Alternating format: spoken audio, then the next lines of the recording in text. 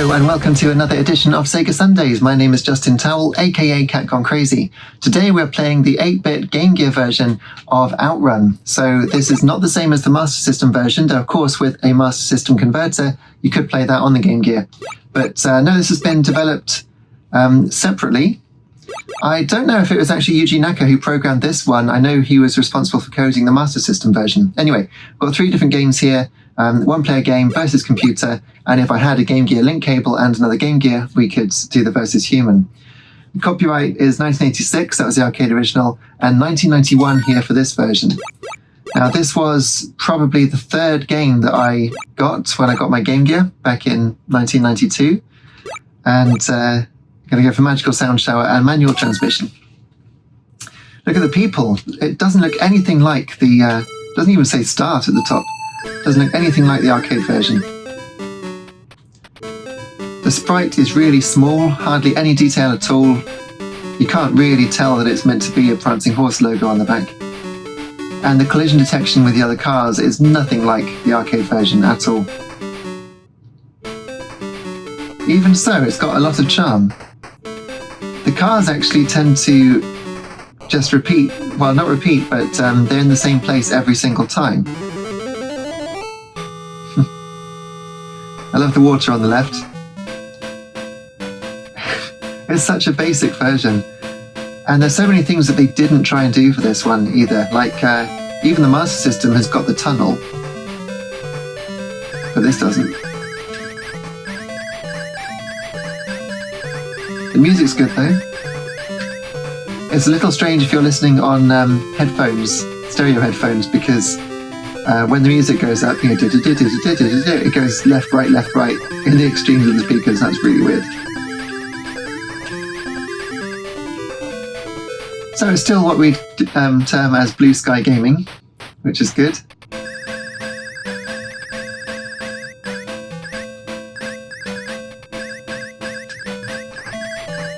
And at the time, I didn't like it as much as Super Monaco Grand Prix.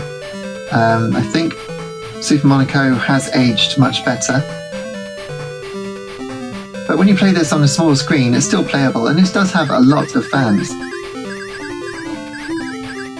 Sega Power Magazine said that the Master System version was superior to the Mega Drive one, which I think is a bit of a stretch really, because Mega Drive 1 is pretty close to the arcade. And certainly the closest you could get to the arcade at the time. Just taking a bit off the speed, there we go. So if you do crash, then the Ferrari flips, the people don't fall out. Obviously, they couldn't have too many sprites on the screen. And we've got to decide whether to go left or right. I think I'm going to go right. And how fast did we do that? 104. That's okay. I think you can do a 103 if you're good. And we're suddenly in Egypt, apparently. The pyramids of Giza.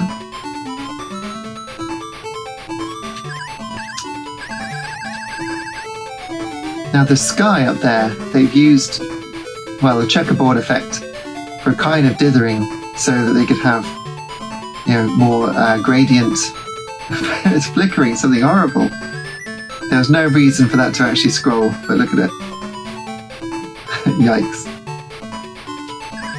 It moves quite smoothly. I like the way that the 3 different colours of the road are moving like that. Maybe it's just 2. It looks like 3. I wouldn't recommend playing this on a 4K monitor though. We're going through an Analogue Pocket. Just hit that. Which is outputting at 1080p. So it's a lovely, high quality, picture quality thing. a high quality picture quality thing, that's it.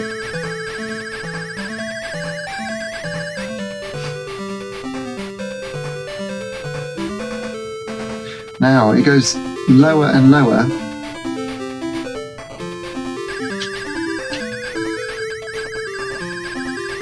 With the dip. Once more. No.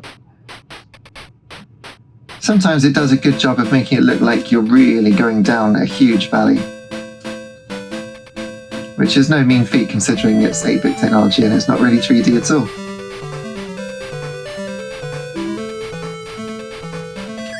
But there's also very little going on from moment to moment.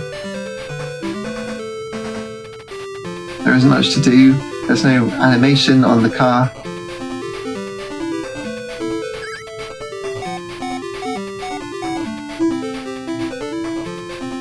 The only sensation of movement comes from the road. Ah, now, this is meant to be Las Vegas, I believe. And the signs at the side say Sega.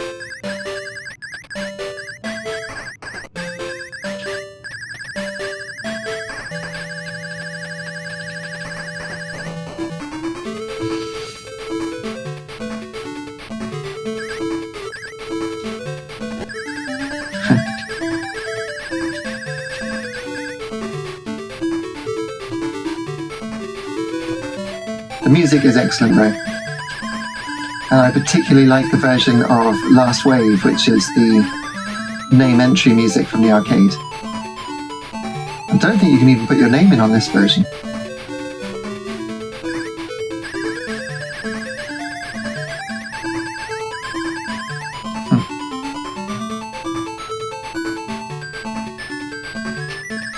This is probably the best looking of all the tracks.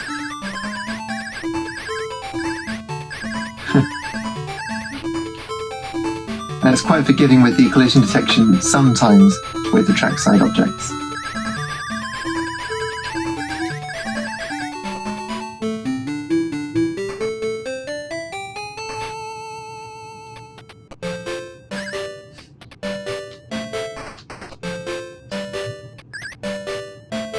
So as you noticed, if you collide with another car, then it puts you into a sideways slide, takes quite a lot of speed off. And it does have different levels of crash severity if you hit one of the trackside objects. If you're going slow enough, that will also put you into a spin. Really slow and you'll just stop. But usually it flips the car.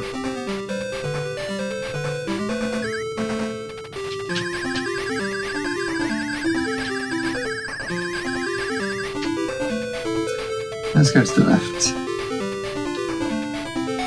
102, very nice. So on track for the win, I think. This is the last level, the Alps.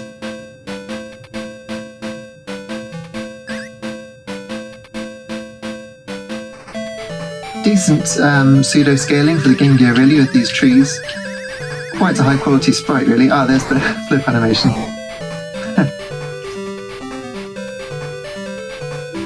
And you have to put it into low gear to get any kind of acceleration if you crash if you're in manual.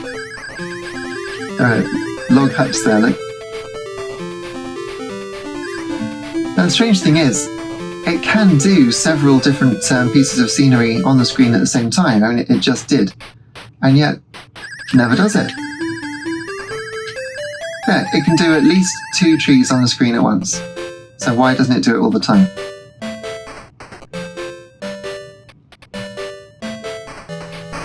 Ah, there's that awful collision detection. I was nowhere near it.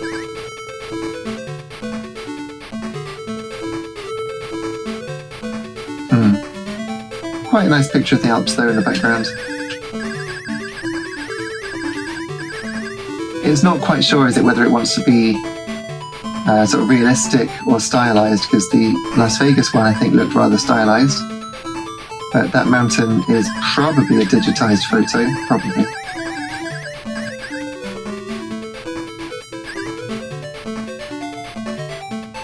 At least the mountain itself. Anyway, back in the day, my sister was the first one to finish this, and she said, "I finished it." I said, "No, you haven't." She said, "Yeah," and she showed me, and she had. What can you do with that? Nothing. That's big sisters for you. Oh. You can't go right in the middle on that brow.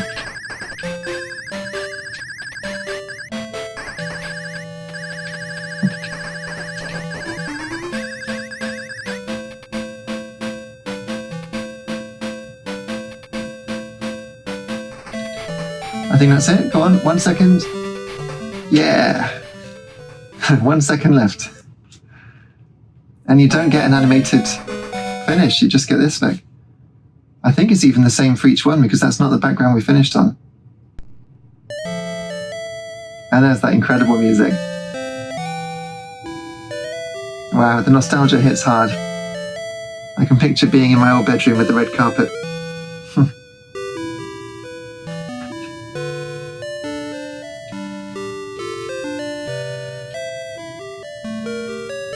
Isn't it great? So you can see obviously where I could have gone.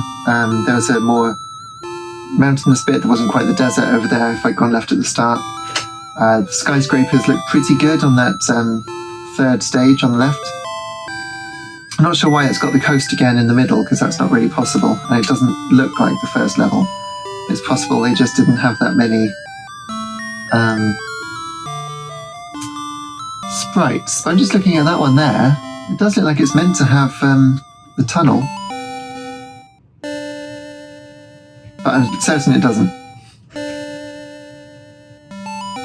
Anyway, so listen to the little run up, and it finishes on a major 7 chord.